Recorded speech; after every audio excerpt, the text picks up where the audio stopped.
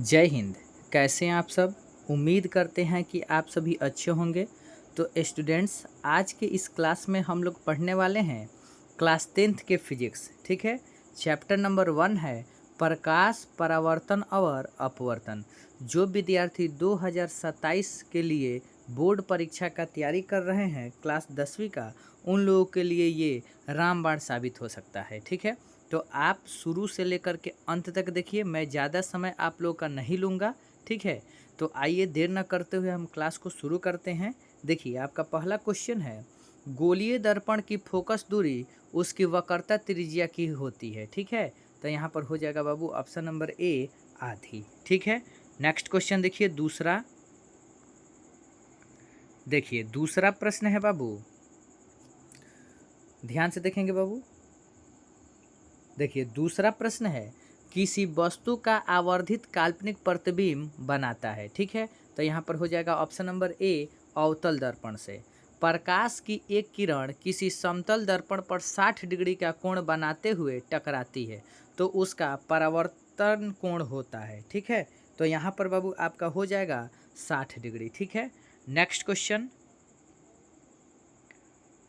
4 number देखिए, question number 4,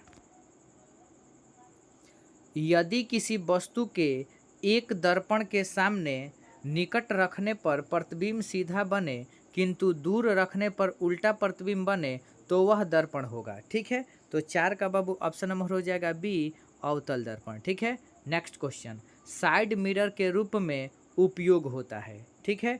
तो यहाँ पर बाबू 5 का ऑप्शन नंबर हो जाएगा डी, इनमें से कोई नहीं। ठीक है। क्योंकि यहाँ लेंस दिया हुआ है और दर्पण का यूज होता है, इसलिए हम लोग यहाँ पर टिक करेंगे इनमें से कोई नहीं। अगला क्वेश्चन है 6 नंबर। ध्यान से देखेंगे बाबू, 6 नंबर क्वेश्चन है और बहुत ही इम्पोर्टेंट प्रश्न है। ठीक है। सोलर कुकर में व्यवहार किया जाता है। ठीक है। तो यहाँ पर बाबू हो जाएगा अवतल दर्पण का।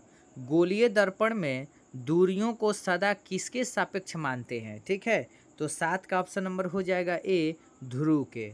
ठीक है। नेक्स्ट क्वेश्चन देखिए 8 नंबर। देखिए, क्वेश्चन नंबर 8, ध्यान से देखेंगे, बहुत ही इंपॉर्टेंट सारे प्रश्न हैं। देखिए, अनंत पर स्थित किसी बीम का प्रतिबिंब अवतल दर्पण के फोकस पर बनता है, उसका आवर्धन क्या होगा। ठीक है। तो m इजकल टू क्या हो जाएगा बाबू, 0। ठीक है। नेक्स्ट क्वेश्चन 9 नंबर देखिए, सर्च लाइट का परावर्तक सतह होता है। ठीक है, अवतल। ठीक है। 10 नंबर क्वेश्चन देखिए, क्वेश्चन नंबर 10, किस दर्पण में केवल आभासी प्रतिबिंब बनेगा। ठीक है।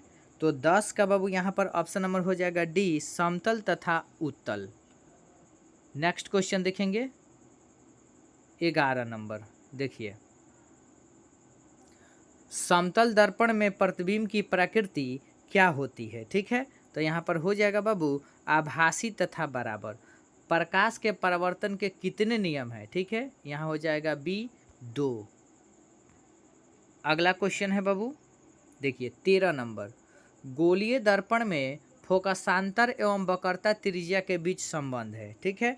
तो 13 का बाबू ऑप्शन नंबर हो जाएगा C, F equal to R upon 2, परावर्तन के नियम से निर्धारित होता है। ठीक है। तो यहाँ पर हो जाएगा आपतन कोण इजकल टू परावर्तन कोण। ठीक है। नेक्स्ट क्वेश्चन देखिए, हवा में प्रकाश की चाल होती है। ठीक है। तो यहाँ पर हो जाएगा 3 लाख मीटर प्रति सेकंड, यानी 3 गुणे 10 के पावर 8 मीटर प्रति सेकंड। ठीक है। Option number A. अगला क्वेश्चन है 16 नंबर, गोलीय दर्पण के परावर्तक पृष्ठ की वृत्ताकार सीमा रेखा का व्यास कहलाता है। ठीक है। तो 16 का ऑप्शन नंबर हो जाएगा बाबू डी, गोलीय दर्पण का द्वारक। अगला क्वेश्चन है 17 नंबर। देखिए, दंत विशेषज्ञ किस दर्पण का उपयोग मरीजों के दांतों का बड़ा प्रतिबिंब देखने के लिए करता है। ठीक है। तो यहाँ पर हो जाएगा बी, अवतल दर्पण। 18 नंबर क्वेश्चन है, यदि किसी बीम का प्रतिबिंब का आवर्धन ऋणात्मक है तो उस प्रतिबिंब की प्रकृति क्या होगी। ठीक है। तो 18 का ऑप्शन नंबर हो जाएगा ए, वास्तविक और उल्टा। नेक्स्ट क्वेश्चन है बाबू 19 नंबर। देखिए, निम्नलिखित में से कौन उत्तल दर्पण की फोकस दूरी है जिसकी वक्रता त्रिज्या 32 सेंटीमीटर है। ठीक है, तो यहाँ ध्यान रखेंगे दर्पण उत्तल है। ठीक है, तो उत्तल दर्पण की बाबू वक्रता त्रिज्या क्या होती है, प्लस होती है या माइनस होती है। ठीक है, तो यहाँ पर बाबू हो जाएगा आपका ऑप्शन नंबर सी 16 सेंटीमीटर, यह प्लस में होगा। ठीक है ना, क्योंकि दर्पण हमारा कौन सा है, उत्तल है। नई कार्तीय चिन्ह परिपाटी के अनुसार दर्पण के सामने रखे गए बीम की दूरी ली जाती है। ठीक है, तो 20 का ऑप्शन नंबर हो जाएगा बाबू बी ऋणात्मक। ठीक, नेक्स्ट क्वेश्चन देखिए 21 नंबर। ठीक है, देखिए निम्न में से किस दर्पण की फोकस दूरी धनात्मक होती है। तो यहाँ पर हो जाएगा बाबू उत्तल दर्पण। कौन सा दर्पण आमतौर पर वाहनों में पीछे देखने के दर्पण के रूप में उपयोग किया जाता है। ठीक है, तो 22 का ऑप्शन नंबर हो जाएगा बाबू बी उत्तल दर्पण। ठीक है, नेक्स्ट क्वेश्चन 23 नंबर देखिए दर्पण के सामने किसी भी बीम पर स्थित वस्तु का प्रतिबिंब सीधा प्रतीत होता है तो वह दर्पण है। ठीक है, तो 23 का बाबू ऑप्शन नंबर हो जाएगा बी या तो समतल अथवा उत्तल।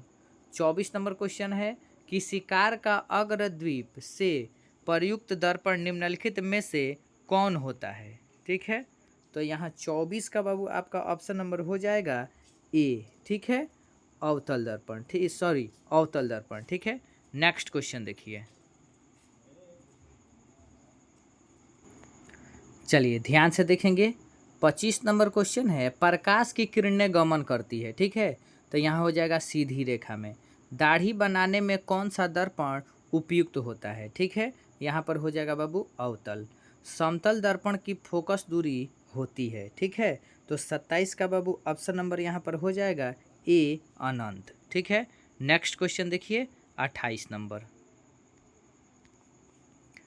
देखिए क्वेश्चन नंबर 28 है अवतल दर्पण के सामने वस्तु को कहाँ रखा जाए ताकि प्रतिबिंब उल्टा वास्तविक और समान आकार का बने। ठीक है बाबू, तो 28 का ऑप्शन नंबर हो जाएगा सी वक्रता केंद्र पर। उत्तल दर्पण से बना काल्पनिक प्रतिबिंब होता है। ठीक है, तो 29 का ऑप्शन नंबर हो जाएगा सी सीधा एवं हार्सित। ठीक है, नेक्स्ट क्वेश्चन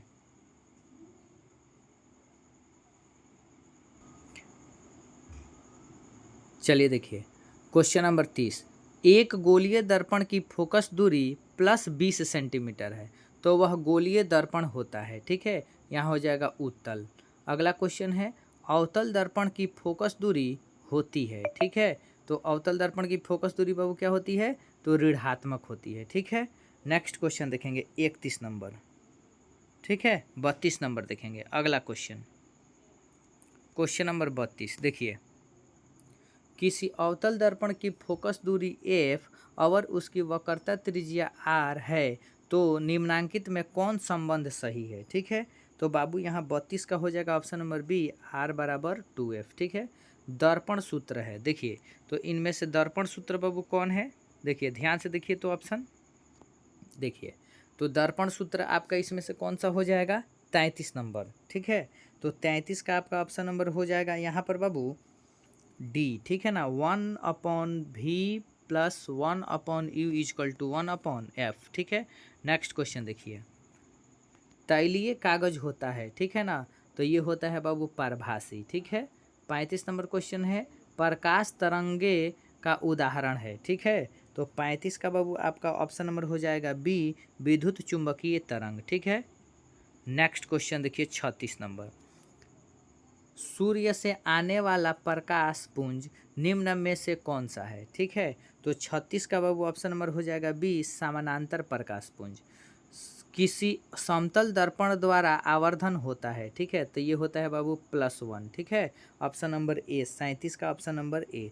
38 नंबर क्वेश्चन देखिए क्वेश्चन नंबर 38 किरणों के समूह को कहते हैं बाबू, तो किरण पुंज। ठीक है, एक एक अभिसारी किरण पुंज समतल दर्पण पर आपतित होती है तो परावर्तित किरण पुंज होगा। ठीक है, तो 39 का बाबू आपका ऑप्शन नंबर हो जाएगा बी अभिसारी। ठीक है, नेक्स्ट क्वेश्चन देखिए 40 नंबर निम्नलिखित में किस माध्यम में प्रकाश की चाल सबसे अधिक होती है? ठीक है, तो यहाँ पर हो जाएगा बाबू निर्वात। ठीक है, अगला क्वेश्चन देखिए, जब प्रकाश की किरण एक समतल दर्पण पर लंबवत आपतित होती है तो परावर्तन कोण का मान होगा। ठीक है, देखिए यहाँ ऑप्शन 41 नंबर।